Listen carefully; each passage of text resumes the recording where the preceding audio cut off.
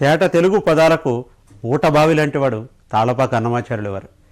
కదిరి నృసింహుడు కంబమున వెడలే అనే ఈ అద్భుత సంకీర్తనలో అనంతపురం జిల్లాలోని కదిరిలో కొలువైన నృసింహుని కీర్తిస్తూ అందమైన తెలుగు పదాలని అన్నమయ్య ఈ సంకీర్తనలో ప్రయోగించాడు.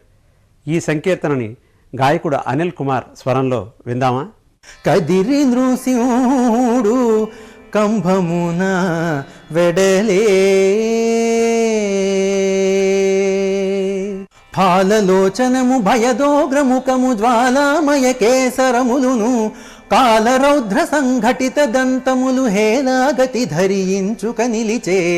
కదిరి నృసింహుడు కంభమున వెడలే, ముడివడు బొమ్మలు ముంచిన ఊర్పులు గడగడ నదరెటి కటములును నిడుద నాలికయు నిక్కు కర్ణములు నడియాలమురుపై వెలసే. సకలాయుధములు సహస్రభుజములు వికటన కంబులు వెసవూని వెకలియగుచు శ్రీ వెంకటేశ్వరుడు ప్రకటపు దుష్టుల భంజించే నిదివో. కదిరి నృసింహుడు కంభమున వెడలే, విదితముగా సేవింపరో మునులు. కదిరి నృసింహుడు కంభమున వెడలే.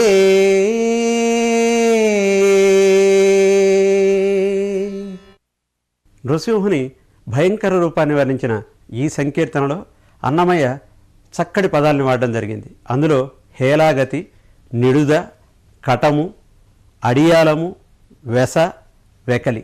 హేలాగతి అంటే భ్రూనేత్రాది వికారాలచే మన మనోవికారాన్ని ప్రస్ఫుటంగా తెలియజేయడం. నృసింహుని ఉగ్రరూపాన్ని ఫాలలోచనము భయోగ్రముఖము జ్వాలామయ కేసరములను కాలరౌద్ర సంఘటిత దంతములు హేలాగతి ధరించుక నిలిచే అని చెప్పాడు ఆయన. హేలాగతి అనగానే ఆ పదంతో అంతకు ముందున్న 3 వాక్యాల్లో ఉన్న అద్భుత రూపాన్ని మరింత గొప్పగా అన్నమయ్య మనకు అందించినట్టయింది. అలాగే నిడుద నాలికయు అంటాడు. నిడుద అంటే చాలా పొడవాటి నాలుక కలిగిన వాడు అని. అలాగే గడగడ నదరెడి కటములను అంటాడు ఆయన. అదిరే కటాలు అంటే దవడలు అదురుతున్నాయట ఆ నృసింహుడివి. అలాగే అడియాలపు రూపై వెలసే అన్నాడు ఆయన. అడియాలము అంటే భయంకరమైన రూపానికి గుర్తుగా ఉన్నట్టు ఆయన. అంటే ఒక భయంకరమైన రూపాన్ని తలుచుకోగానే మనకి నృసింహుడు గుర్తుకు వచ్చేలాగా ఆయన చెప్పాడు. అలాగే వెకలి ఎగుతూ శ్రీ వెంకటేశ్వరుడు అన్నాడు ఆయన. వెకలి అంటే ఆసక్తుడుగా ఉండడం, అంటే ఆ దుష్టుల్ని భంజించడానికి ఆయన ఆసక్తుడుగా ఉన్నాడు అని తెలియజేయడానికి వెకలి అనే అందమైన పదాన్ని వాడాడు. అలాగే వెసబూని అన్నాడు ఆయన. వెసబూని అంటే వెస అంటే వేగం, చాలా వేగంగా ఆ నృసింహుడి గోళ్ళు కదులుతున్నాయట. ఎందుకుని? ఆ హిరణ్యకశిపుని చీల్చి చెండాడడానికి.